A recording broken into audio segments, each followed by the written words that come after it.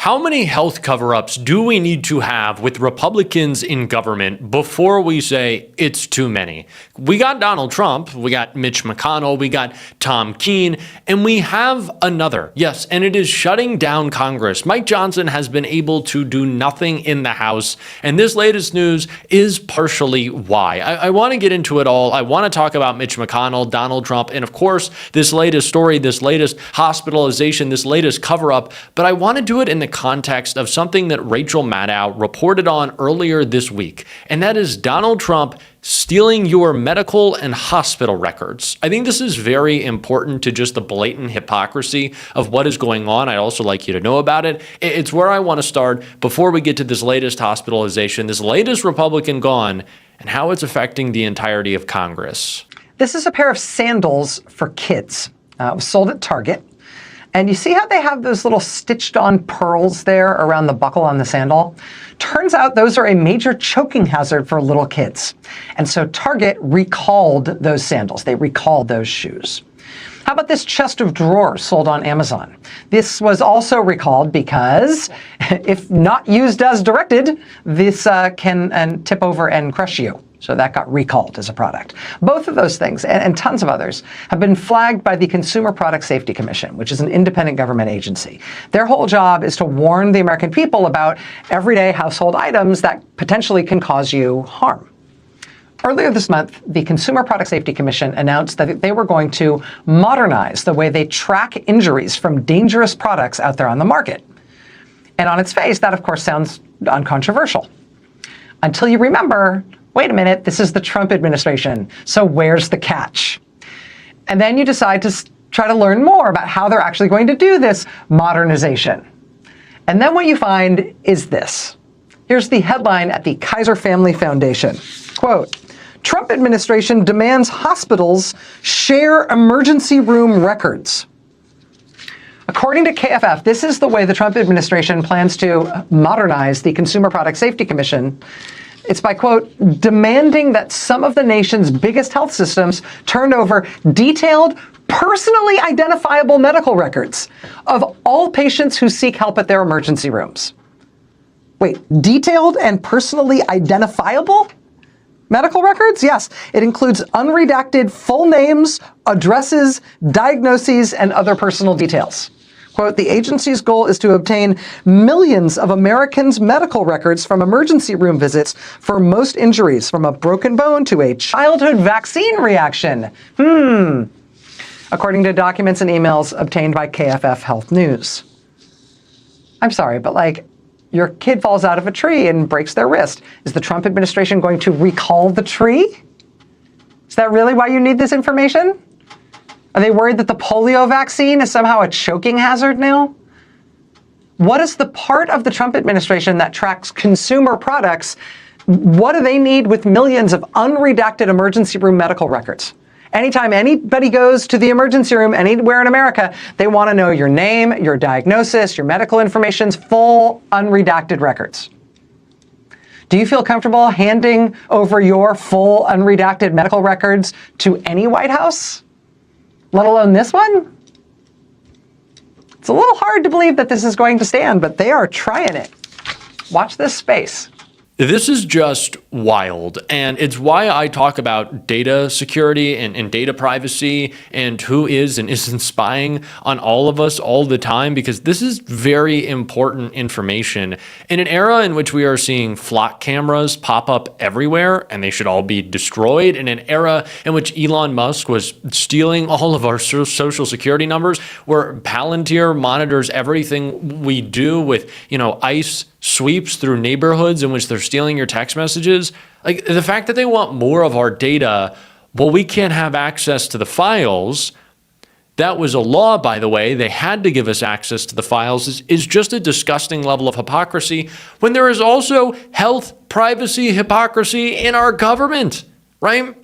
They're going after your privacy. They're discriminating against you based on it.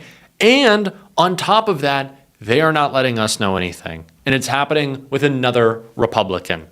There's a sitting member of Congress who's been missing in action since the middle of June. Find out in the latest installment of my new hit series, Is Neil Dunn Still With Us? No. Had one man who was very ill. It looked like he wasn't going to make it. I don't know. I won't mention his name. Should I? Do other people know his name? Do you want to mention it? He'll be proud. Go ahead. Tell him the story. Okay, well. He would be dead by June. Okay, that wasn't public, but yeah, okay. That's right, folks. The congressman that President Trump takes credit for saving the life of has not been seen since June the 11th publicly. Get this, he's a doctor. He's a surgeon. He went to medical school at, and this is ironic, George Washington University Medical Center, the same hospital that supposedly has Mitch McConnell inside. Also, he completed his residency at Walter Reed Medical Center. That's right, the hospital where Trump supposedly forced Dr. Congressman Dunn to undergo a procedure to prolong his life is the same fucking hospital he was a resident at. I commented before, back when Congressman Dunn was still very sick, that it sounded like he forced Dr. Dunn to undergo a procedure that he probably had already vetted himself because, remember, he's a goddamn doctor. So anyways, Trump was so pleased with himself to have saved this man's life, and now we don't know where the fuck he is. This is all very helpful in trying to answer the question, is Neil Dunn still with us? No. Thank you for your attention to this matter. I think that there's an important takeaway with what's going on with Neil Dunn, aside from the fact that it's just like, oh great, another Republican too sick to show up to work, is that this is a person who Donald Trump laughed at. He said, oh, he's in his dying days and I'm getting him to work. Ha! Isn't that funny? Like, if you're a Republican, do you not think about that at all? Do you not go, wow, the president of the United States really seems to fucking hate me? Just really seems to not care about me at all. He doesn't care if I live or die. So there's that. And there's also the fucking, what are we doing? How is there another Republican missing? How is this totally allowed? The entitlement problem that these people have is wild.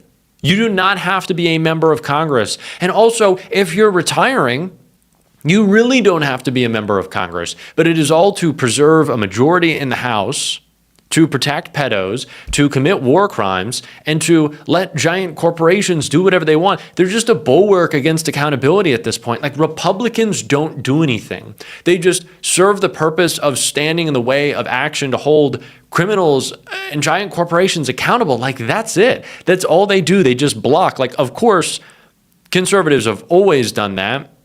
That is it's an oppositional party, no matter if they're in charge or not. But it's just disgusting. And it is the level of hypocrisy to be in office saying, oh, all these people, all the welfare queens, everyone on SNAP, everyone just wants a handout. You're drinking your $10 lattes and you want a handout. It's like, first of all, who made the lattes $10? I think it was the giant corporations. I don't think it was you and me. And I would also like to say that the tariffs did it too. But aside the lattes, you people are insider trading and making millions. Donald Trump's making billions, and you're entitled to not show up to work? But we can't get free health care? Like, it is an entitlement issue. And it's an entitlement issue that comes about when you have opportunity to, one, extract massive amounts of wealth from your position, two, are never held accountable, and three, encouraged to do so by other evil corporations funding your campaign and saying, stay as far away from your constituents as possible. And when you're in the hospital, you don't need to tell them. That's our Congress right now. It is deeply, deeply broken. And it's why nothing's happening. And it's why AOC was just openly mocking Mike Johnson for it.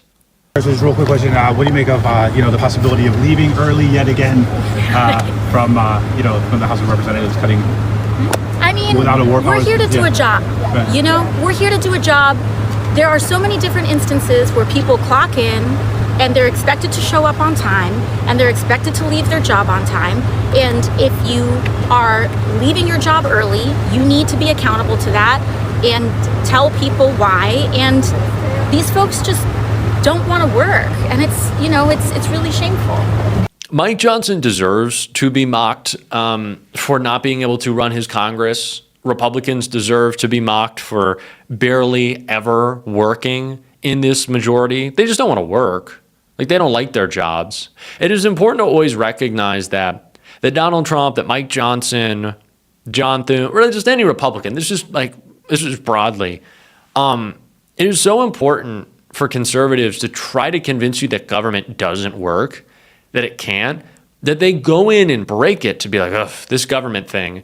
And they don't even really care if they don't get reelected because of it, sometimes, because they just want to drive home the idea that government can't work and won't work and don't even try, and it's laughable, and Zohran Mamdani is going to make sure that people are fed and have access to cheaper, produce and meat and milk and bread, and they're like, and grain, and they're like, that's never going to work. Government can't run grocery stores. Except for all of our military bases, they seem to do a bang-up job there, and for cheaper. Let's make that clear. We can do socialism. We do it all the time. The military is a great example. A lot of socialism going on. This is the entitlement problem.